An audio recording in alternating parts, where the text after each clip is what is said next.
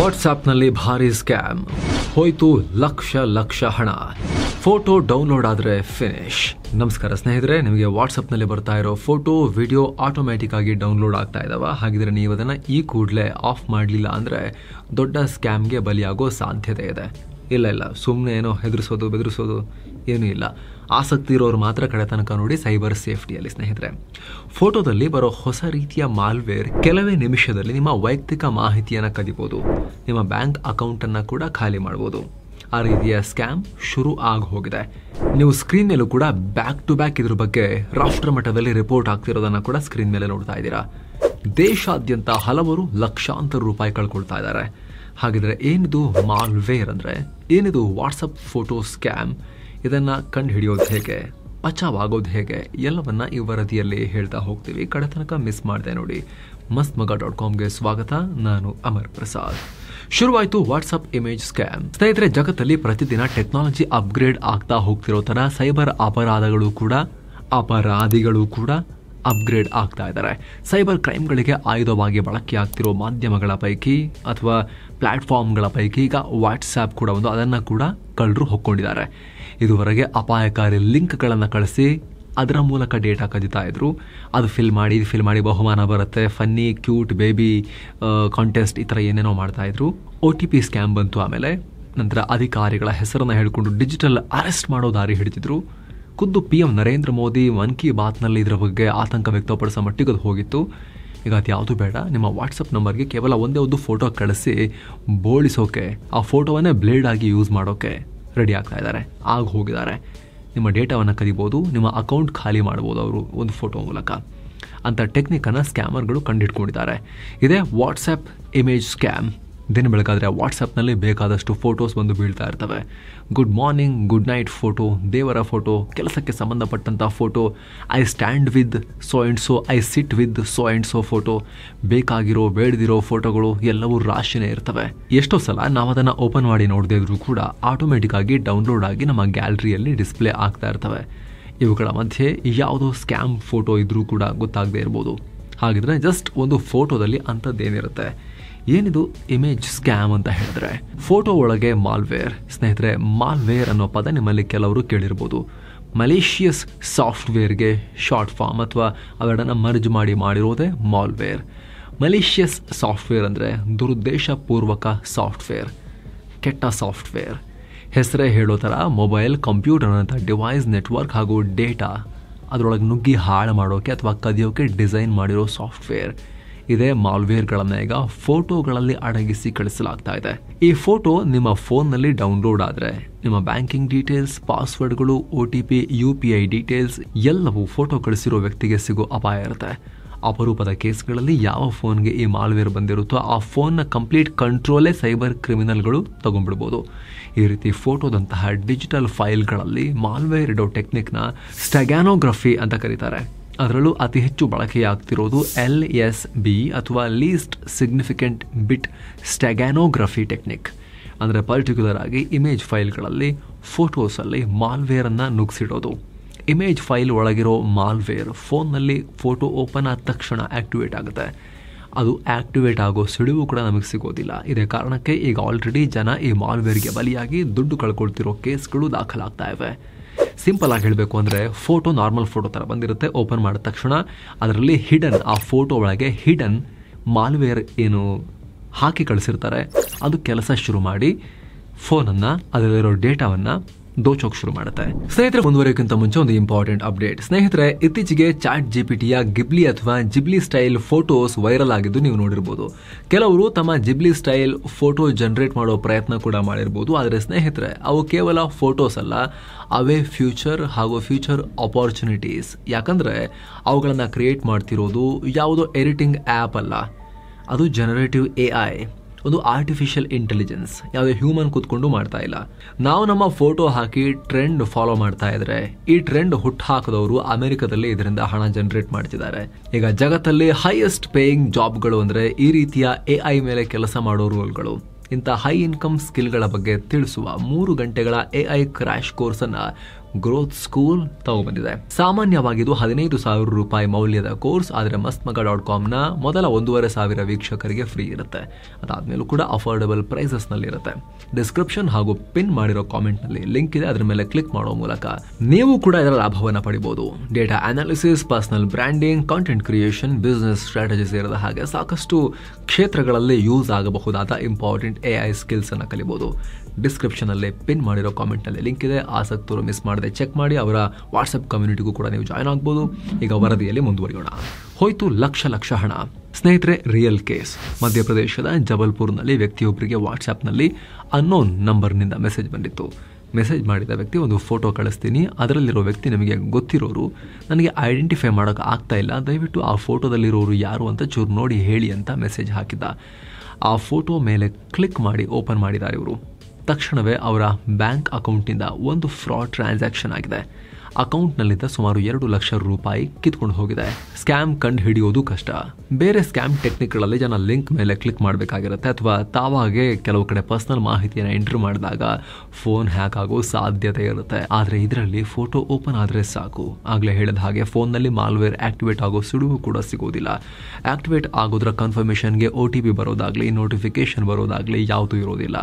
Photo open ಆಗ್ತಿದ್ದ ಹಾಗೆ ನಮ್ಮ ಆ್ಯಪ್ಗಳಿಗೆಲ್ಲ malware access ಪಡ್ಕೊಳ್ಳುತ್ತೆ. ಹಾಗಿದ್ರೆ ಇದರಿಂದ ಬಚಾವ್ ಆಗೋದು ಹೇಗೆ? ಯಾವೆಲ್ಲ ಫೋಟೋಗಳನ್ನು ಡೌನ್ಲೋಡ್ ಮಾಡಬಾರ್ದು? ವಾಟ್ಸ್ಆ್ಯಪ್ ಸೆಟ್ಟಿಂಗ್ಸ್ನಲ್ಲಿ ಏನೆಲ್ಲ ಆಫ್ ಮಾಡಬೇಕು, ಏನೆಲ್ಲ ಆನ್ ಮಾಡಬೇಕು, ಕ್ವಿಕ್ ಆಗಿ ನೋಡ್ತಾ ಹೋಗೋಣ. Automatic download danger. ಈ ವರದಿ ಆರಂಭದಲ್ಲೇ ಹೇಳಿದ್ದೀವಿ, ಮತ್ತೆ ಹೇಳ್ತಾ ಇದ್ದೀವಿ. ಫೋಟೋ ಫೈಲ್ಸ್ ಆಟೋಮ್ಯಾಟಿಕ್ ಡೌನ್ಲೋಡ್ ಆಗ್ತಾ ಇದ್ರೆ ಮೊದಲು ಅದನ್ನು ಆಫ್ ಮಾಡಿ. ಅದು ಯಾವ ಥರದಲ್ಲೂ ಸೂಕ್ತ ಅಲ್ಲ. ನಿಮ್ಮ ಸ್ಟೋರೇಜ್ ಅನ್ನೆಸೆಸರಿ ತುಂಬ್ತಾ ಹೋಗ್ತಿರುತ್ತೆ. ಕೆಲವ್ರಿಗೆ ಮಾಡೋಕ್ಕೆ ಕೆಲಸ ಇರಲ್ಲ, ಗ್ರೂಪ್ಗಳಲ್ಲಿ ಸಿಕ್ಕಿದ್ದನ್ನು ಹಾಕ್ತಾ ಇರ್ತಾರೆ, ಅವೆಲ್ಲವೂ ಕೂಡ ಡೌನ್ಲೋಡ್ ಆಗ್ತಾ ಇರುತ್ತೆ. ಹಾಗಾಗಿ ಆಫ್ ಮಾಡ್ಕೊಳ್ಳಿ. ನಿಮಗೆ ಬೇಕಾಗಿದ್ದು ಗೊತ್ತಿರೋ ಸೋರ್ಸಿಂದ ಬಂದಿರೋದು ಮಾತ್ರ ಡೌನ್ಲೋಡ್ ಮಾಡ್ಕೋಬೋದು. ಕೇವಲ ಫೋಟೋ ಅಂತಲ್ಲ, ಆಡಿಯೋ, ವಿಡಿಯೋ, PDF ಸೇರಿದಂತೆ ಯಾವುದೇ ಫೈಲ್ ನಿಮ್ಮ ವಾಟ್ಸ್ಆ್ಯಪ್ನಲ್ಲಿ ಆಟೋಮ್ಯಾಟಿಕ್ ಡೌನ್ಲೋಡ್ ಆಗ್ತಾ ಇದ್ರೆ ಮಾಲ್ವೇರ್ಗಳಿಗೆ ನೀವು ಬಾಗಿಲು ಓಪನ್ ಮಾಡಿ ಇಟ್ಟಿದ್ದೀರಾ ಅಂತ ಅರ್ಥ. ಸೊ ಮೊದಲು ವಾಟ್ಸಪ್ ಸೆಟ್ಟಿಂಗ್ಸಿಗೆ ಹೋಗಿ ಮೀಡಿಯಾ ಆಟೋ ಡೌನ್ಲೋಡ್ ಆಫ್ ಮಾಡಬೇಕು. ಸೆಟ್ಟಿಂಗ್ಸ್ನಲ್ಲಿ ಸ್ಟೋರೇಜ್ ಆ್ಯಂಡ್ ಡೇಟಾ ಮೆನು ಮೇಲೆ ಕ್ಲಿಕ್ ಮಾಡಿ. ಕೊನೆಯಲ್ಲಿ 3 ರೀತಿಯ ಮೀಡಿಯಾ ಆಟೋ ಡೌನ್ಲೋಡ್ ಆಪ್ಷನ್ಸ್ ಇರುತ್ತೆ. When using mobile data, when connected on wifi, when roaming ಅಂತಿರುತ್ತೆ. 3 ಥರದ್ರಲ್ಲೂ ಯಾವುದೇ ರೀತಿಯ ಮೀಡಿಯಾ ಅಥವಾ ಫೈಲ್ಸ್ ಆಟೋಮೆಟಿಕ್ ಡೌನ್ಲೋಡ್ ಆಗಬಾರ್ದು. ಫೋಟೋ, ಆಡಿಯೋ, ವಿಡಿಯೋ, ಡಾಕ್ಯುಮೆಂಟ್ ಯಾವುದಕ್ಕೂ ಕೂಡ ರೈಟ್ ಮಾರ್ಕ್ ಇರಬಾರ್ದು. ಎಲ್ಲವನ್ನ ಬಂದ್ ಮಾಡಿ. ಈ ರೀತಿ ನೋ ಮೀಡಿಯಾ ಅಂತ ಡಿಸ್ಪ್ಲೇ ಆಗಬೇಕು ಸ್ಕ್ರೀನ್ ಮೇಲೆ ನಿಮಗೆ. ಅಲ್ಲಿ ತನಕ ಎಲ್ಲವನ್ನ ಬಂದ್ ಮಾಡ್ತಾ ಹೋಗಿ, ಹೊಡಿತಾ ಹೋಗಿ ಎಲ್ಲ ಸೆಟ್ಟಿಂಗ್ಸ್ ಮೇಲೆ ನಿಮ್ಮ ಬೆರಳಲ್ಲಿ. ಆಗ ನಿಮಗೆ ಯಾವುದೇ ಫೋಟೋ ಬಂದರೂ ಕೂಡ ಅದು ಆಟೋಮೆಟಿಕ್ ಡೌನ್ಲೋಡ್ ಆಗಲ್ಲ ನಿಮ್ಮ ಪರ್ಮಿಷನ್ ಇಲ್ಲದೆ, ನೀವು ಕ್ಲಿಕ್ ಮಾಡಿದೆ. ಅದರಲ್ಲೂ ಮಾಲ್ವೇರ್ ಫೋಟೋ ಡೌನ್ಲೋಡ್ ಆಗೋದೇ ಇಲ್ಲ. ಅದೇ ರೀತಿ ಚಾಟ್ ಸೆಟ್ಟಿಂಗ್ಸ್ನಲ್ಲಿ ಮೀಡಿಯಾ ವಿಸಿಬಿಲಿಟಿ ಆಫ್ ಮಾಡಿ. ಆಗ ವಾಟ್ಸ್ಆ್ಯಪ್ನಲ್ಲಿ ಬರೋ ಫೋಟೋ, ವಿಡಿಯೋ ನಿಮ್ಮ ಗ್ಯಾಲರಿಯಲ್ಲಿ ಡಿಸ್ಪ್ಲೇ ಆಗಲ್ಲ. ನೀವು ಆಟೋ ಡೌನ್ಲೋಡ್ ಆಫ್ ಮಾಡಿದ್ರೂ ಕೂಡ ಗ್ಯಾಲರಿಯಲ್ಲಿ ಫೋಟೋ ಬರಲ್ಲ. ಆದರೂ ಈ ಮೀಡಿಯಾ ವಿಸಿಬಿಲಿಟಿ ಒಂದು ಎಕ್ಸ್ಟ್ರಾ ಲೇಯರ್ ಆಫ್ ಸೆಕ್ಯೂರಿಟಿ. ಇದನ್ನು ಕೂಡ ನೀವು ಆಫ್ ಮಾಡಿದಾಗ ನೀವು ಡೌನ್ಲೋಡ್ ಮಾಡಿದ್ರೂ ಗ್ಯಾಲರಿಯಲ್ಲಿ ಬರಲ್ಲ. ನೀವು ಹೋಗಿ ಸಪರೇಟ್ ಸೇವ್ ಕೊಟ್ಟು ಸೇವ್ ಮಾಡ್ಕೋಬೇಕಾಗತ್ತೆ. ಆದರೆ ಒಂದು ಫೋಟೋ ಡೌನ್ಲೋಡ್ ಮಾಡೋಕ್ಕೂ ಮುಂಚೆ ಇದು ಸೇಫ್ ಹೌದಾ ಅಲ್ವಾ ಅಂತ ಗೊತ್ತಾಗೋದು ಹೇಗೆ?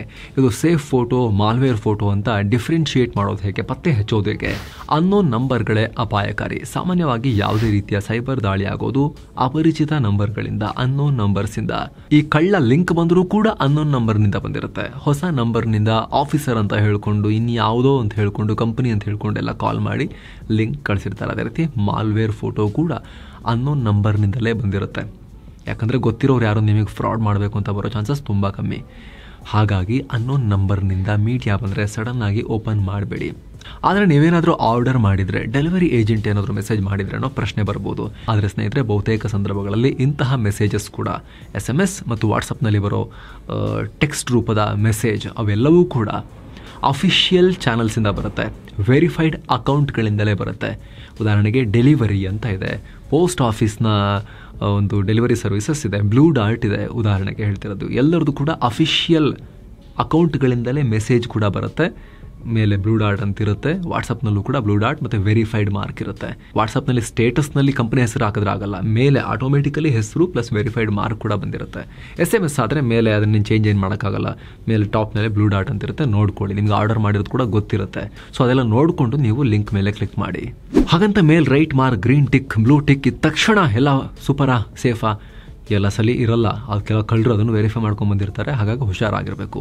ನೆನಪಿರಲಿ, ವಾಟ್ಸಪ್ನಲ್ಲಿ ಬಿಸ್ನೆಸ್ ಅಕೌಂಟ್ಗಳಿಗೆ ಮಾತ್ರ ವೆರಿಫಿಕೇಶನ್ ಸಿಗುತ್ತೆ, ಇಂಡಿವಿಜುವಲ್ ಕಾಂಟ್ಯಾಕ್ಟ್ಗಳಿಗೆ ಸಿಗೋದಿಲ್ಲ.